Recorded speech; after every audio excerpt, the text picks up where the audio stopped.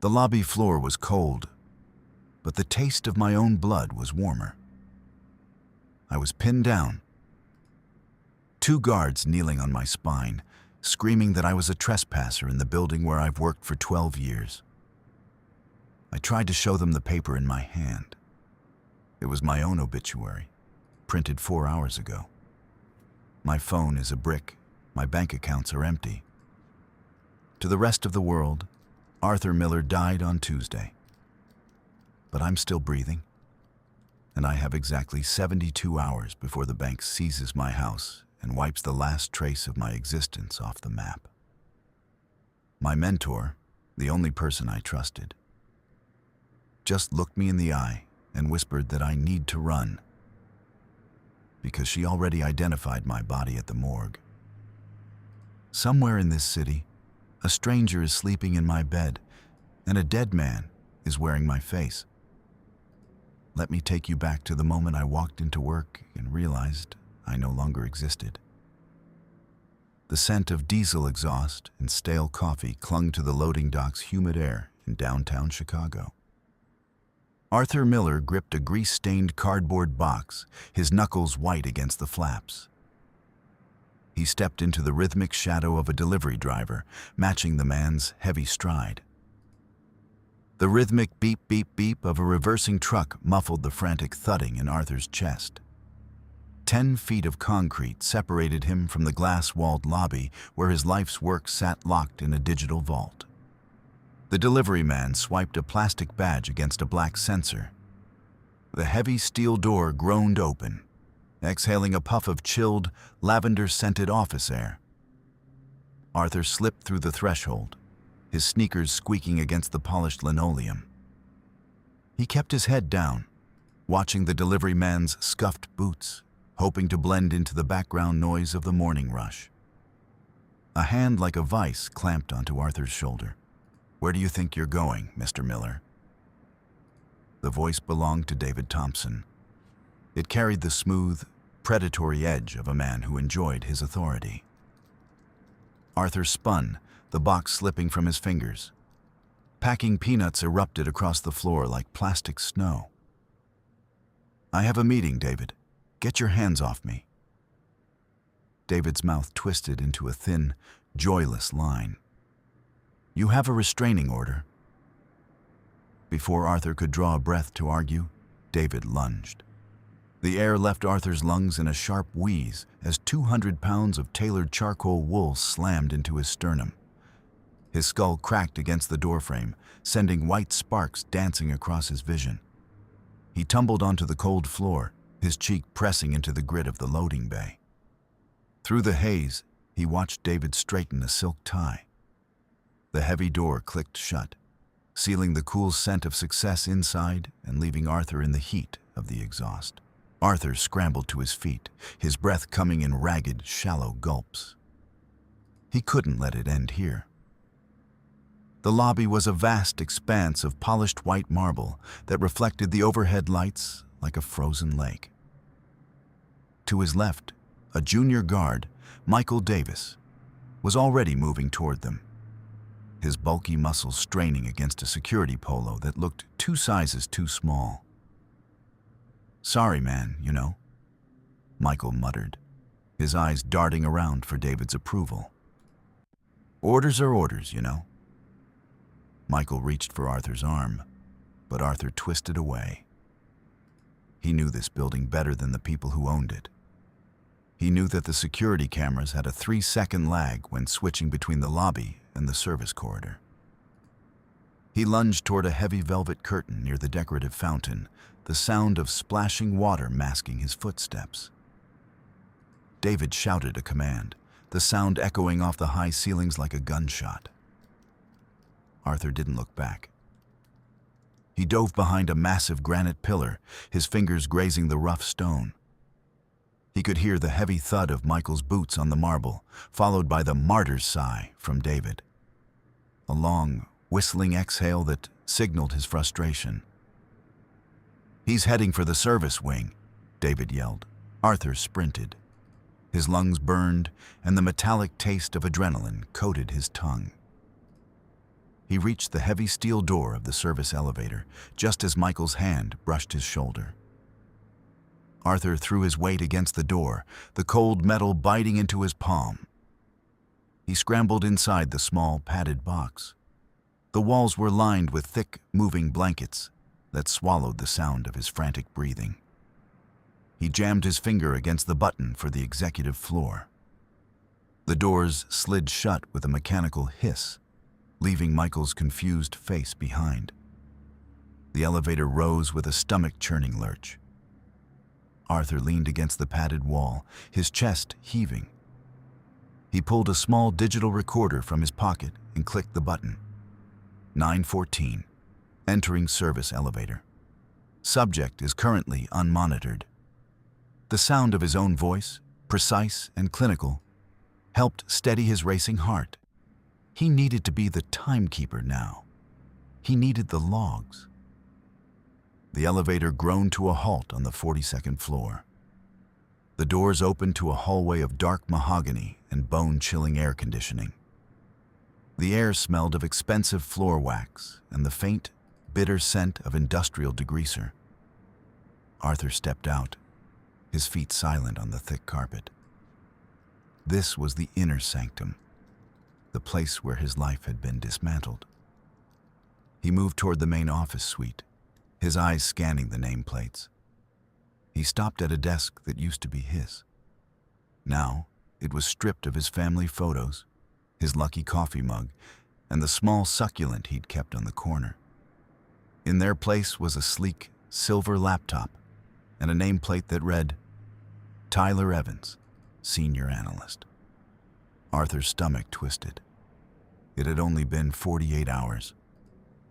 On the corner of the desk sat a single stapled document, a confidential internal memo. Arthur snatched it, his fingers trembling.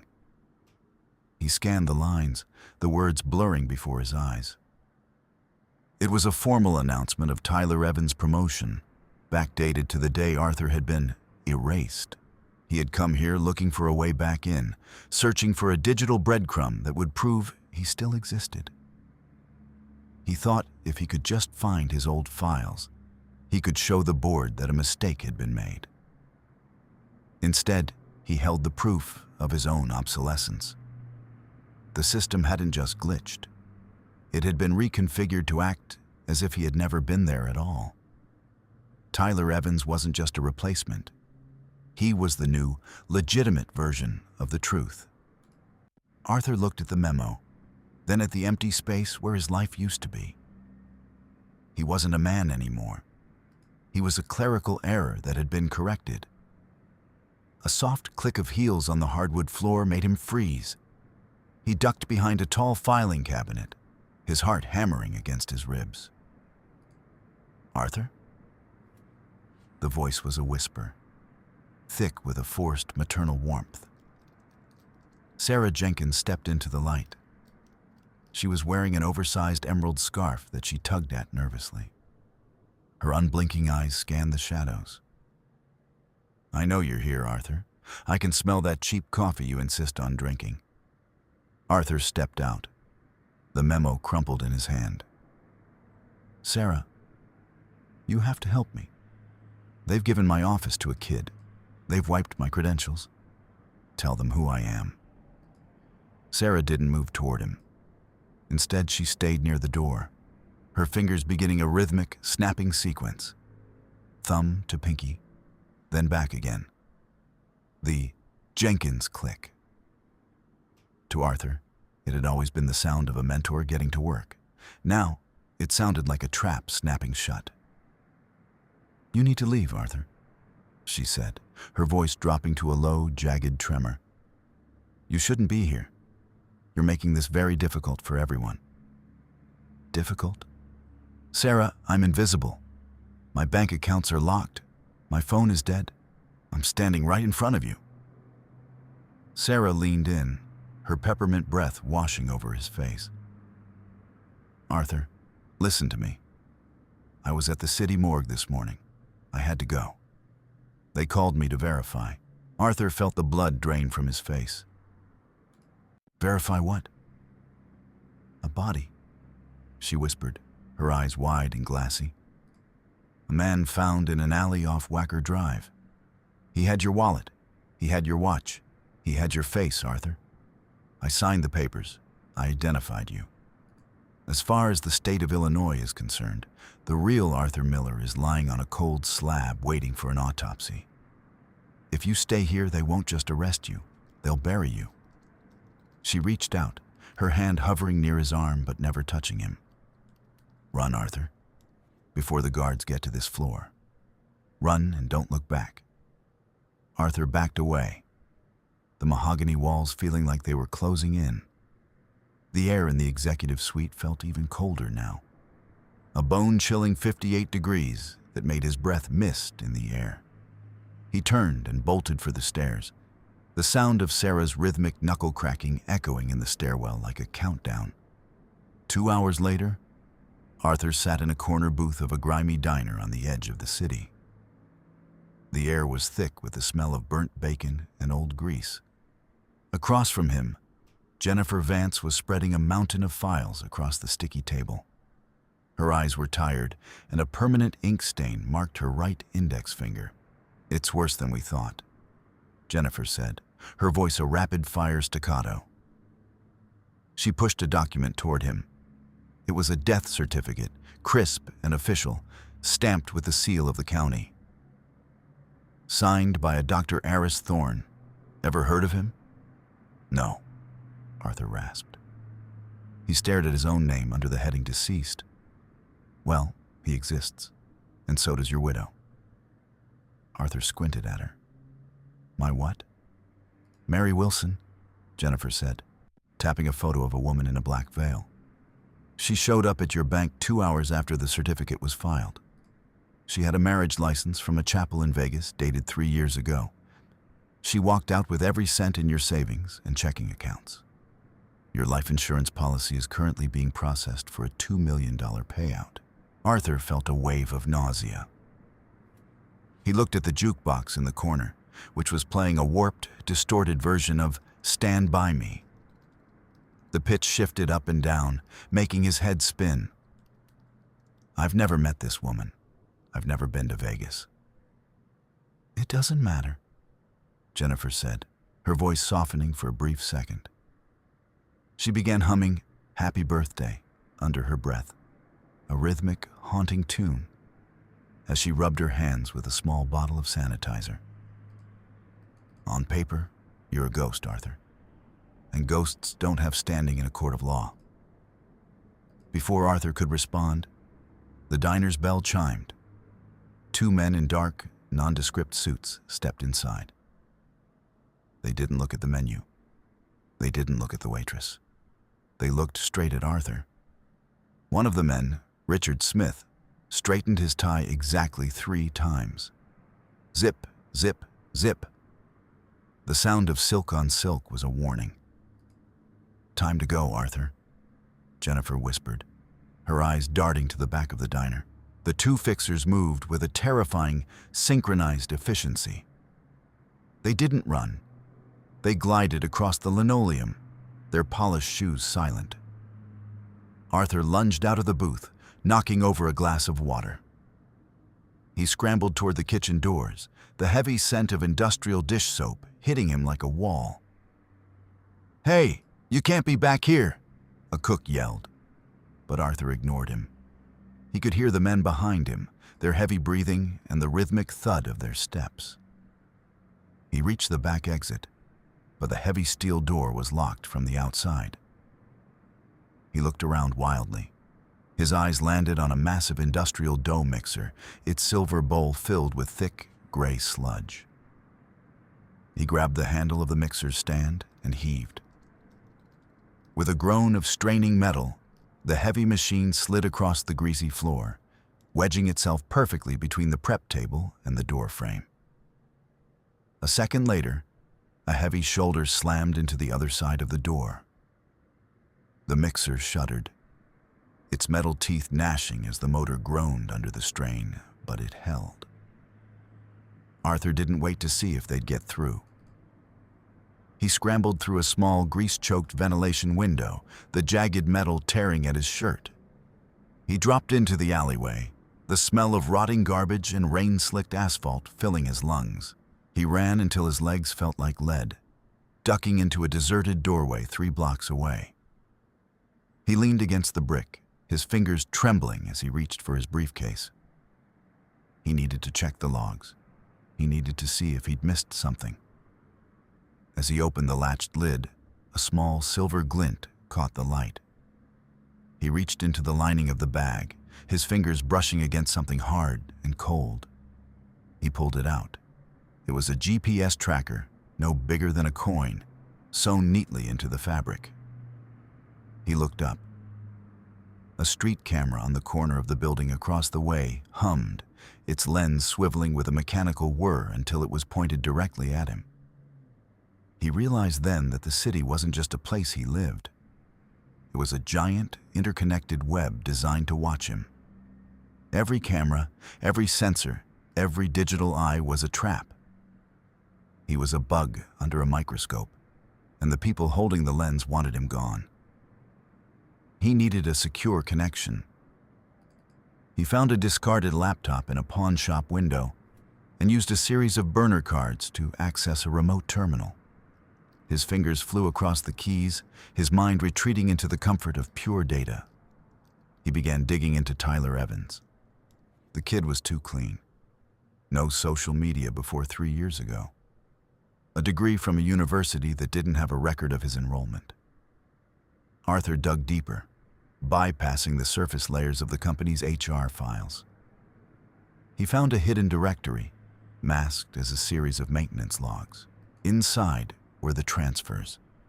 Millions of dollars moving through a shell company called Apex Horizon. The company didn't exist on any federal registry, but it was the destination for $80 million of Sterling & Associates capital.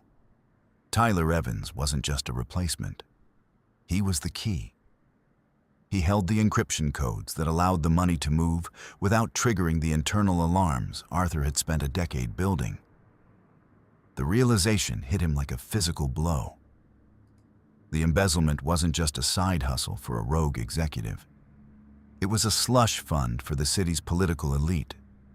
The senators, the judges, the people who controlled the very systems Arthur was trying to use to save himself.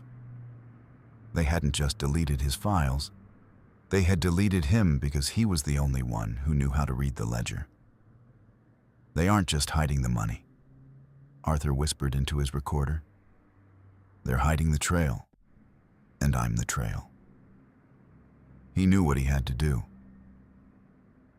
He couldn't fight them in a courtroom that they owned. He couldn't hide in a city that was watching him. He had to go to the one place they wouldn't expect him, his own memorial service. He spent the next 24 hours in the shadows, moving like a ghost through the rainy streets. He needed the original transaction logs, the ones he'd kept on a hidden flash drive in his suburban home. It was the only physical evidence left. He approached his house under the cover of a moonless night. The neighborhood road was eerily quiet, the identical suburban houses looking like a stage set. A child's bicycle lay abandoned in a nearby driveway, its front wheels spinning rapidly even though there was no wind. The rhythmic thwack of a tennis ball hitting a garage door echoed from 3 houses down, once every 4 seconds. Arthur slipped through the back door, the smell of stale air and rotting lilies greeting him. The house felt like a museum of a dead man. He moved to the living room, his heart pounding. He knelt by the fireplace and pried up a loose floorboard. His fingers brushed the cold plastic of the drive. He pulled it out, a surge of triumph washing through him. He had it, the smoking gun. Suddenly, the front yard erupted in blue and red light. "Arthur Miller, this is the police. Come out with your hands up." Arthur froze. He looked out the window. 3 cruisers were parked on the lawn, their sirens silent but their lights blinding. Behind them sat a black sedan. Robert Sterling stepped out, his silver hair perfectly coiffed, his pale blue eyes fixed on the house. Arthur scrambled for the back door, but two officers were already there, their weapons drawn. "Don't move, you freak!" one of them yelled. "Drop the bag." Arthur realized with a sickening jolt that he wasn't being arrested for fraud. He was being arrested as a disturbed imposter, breaking into a dead man's house. By trying to reclaim his life, he had provided the final proof that he was a criminal. He bolted for the side window, crashing through the glass. He hit the mulch and scrambled for his old sedan, which he'd parked in the alley. He floored the engine, the tires screaming as he tore away from the curb. The chase was a blur of screeching metal and blinding lights. He led them through the outskirts of the city, the L train tracks overhead vibrating through his teeth. He looked in the rearview mirror. The black sedan was gaining on him. Near a steep, secluded roadside ditch, the sedan lunged. The driver, Richard Smith, the man in the gray suit, rammed Arthur's rear bumper. The world tilted. Arthur's car spun, the tires losing their grip on the wet asphalt. He felt a sickening moment of weightlessness before the car flipped, the roof caving in with a deafening roar of twisting steel. Arthur woke to the smell of gasoline and smoke. He was hanging upside down, his legs pinned by the steering column. The world was a hazy blur of red and gray. A pair of polished black shoes appeared on the grass outside the shattered window. Robert Sterling knelt down, his face a mask of calm, predatory interest. He reached out and straightened Arthur's tie, which was hanging limply from his neck. Zip, zip, zip. "You really should have stayed dead, Arthur," Sterling said, his voice smooth and operatic. "It's so much cleaner that way. I have the logs." Arthur wheezed, his lungs feeling like they were filled with broken glass. Sterling smiled, a thin, joyless line. "Do you? Mary Wilson, the grieving widow, remember? Just left the hospital. She officially identified the remains found in that alley. The paperwork is filed, Arthur. You are legally, officially, and permanently deceased. Anything you say now is just the rambling of a madman who looks a bit like a dead accountant." Sterling stood up and adjusted his cufflinks.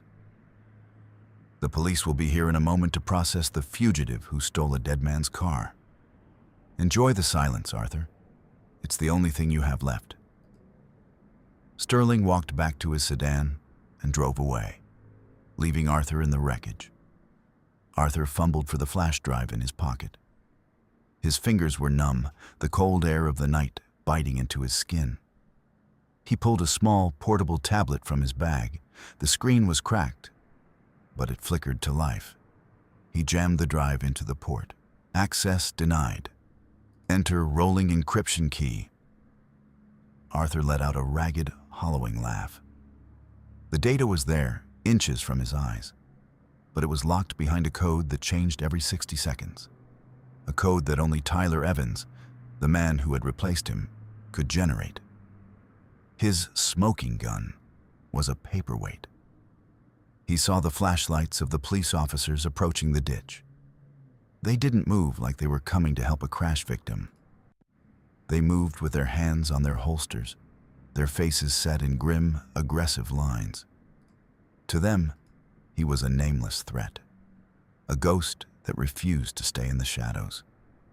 Total psychological despair washed over him, heavier than the crushed metal of the car. He had the truth.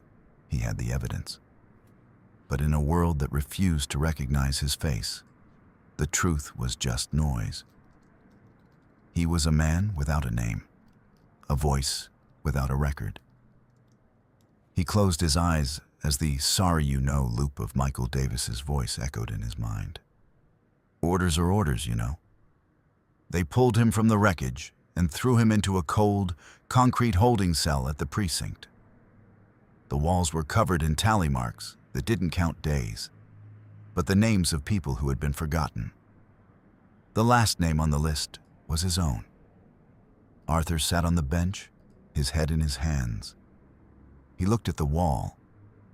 Near the floor, he saw a small, outdated computer terminal used for booking John Doe vagrants. It was a legacy system, an old piece of software from the late 90s that the department had never bothered to upgrade. Arthur's eyes sharpened. He knew this software. He had helped write the audit protocols for it back when he was an intern. It was a garbage chute, a back door meant for system maintenance that had never been closed. He crawled to the terminal, his fingers moving with a sudden, desperate precision. He didn't try to prove he was Arthur Miller. He didn't try to fight the system. Instead, he used the system's own logic against it. He triggered a Class A system audit. In the corporate atrium of Sterling and Associates, the memorial service was in full swing. Robert Sterling stood on a stage, his silver hair gleaming under the spotlights. Behind him, a massive screen showed a smiling photo of Arthur Miller. He was more than an employee, Sterling said, his voice booming through the speakers. He was the foundation of this company, and though he is gone, his legacy. Suddenly, the screen flickered. The smiling photo of Arthur vanished, replaced by a scrolling list of offshore bank accounts, transaction IDs, and the name Apex Horizon in bright, bold letters. The crowd gasped. On the screen, the $80 million slush fund began to drain, the numbers dropping in real time as the audit protocol rerouted the funds back into the company's primary accounts. Arthur stood in the back of the atrium, having escaped the precinct during the confusion of a fire alarm. He was covered in soot and blood, his suit torn, but his eyes were clear. He watched as Sterling's face turned from a mask of grief to one of pure, unadulterated terror. He didn't stay for the arrest. He moved through the quiet corridors, the sound of his own footsteps echoing like gunshots. He found Sarah Jenkins near the service elevator. She was clutching her emerald scarf, her knuckles popping in a frantic, uneven rhythm. "You," she whispered, her face pale. "You signed the papers, Sarah," Arthur said, his voice flat and cold. "You authorized the death certificate. You knew the body in the morgue wasn't me." "I had to," she cried, her unblinking eyes filling with tears. "They would have killed me, Arthur. Sterling, he's a monster." "I don't care," Arthur said. He held up a digital recorder. "I have your confession. I have the logs. And now the whole world has them too." He didn't ask for her help. He didn't ask for her forgiveness. He simply walked away, leaving her to the chaos he had unleashed. A month later, Arthur Miller sat on his front porch in the suburbs. The Arthur Miller who believed in the system was gone. That man had died in the wreckage of a sedan. The man who remained was someone else, a ghost who had learned how to haunt the machine. He watched as his neighbor, a man he had shared barbecues with for years, crossed the street to avoid looking at him. To the world, Arthur was a scandal, a walking reminder of a fraud that had nearly toppled the city's elite. He had his name back, but he didn't have his life. He pulled a small sugar packet from his pocket, a habit he'd picked up from a jaded cop at the precinct. He read the label, October 12th, 2019, Joe's Diner. He tucked it back into his pocket and leaned back in his rocking chair. The porch light flickered and died, plunging the yard into darkness. Arthur didn't move to fix it. He sat in the shadows, listening to the rhythmic thwack of a tennis ball against a garage door 3 houses down. He was a free man, a permanent outsider, finally disconnected from the machine that had tried to erase him. And for the first time in 42 years, he didn't feel the need to mark the time.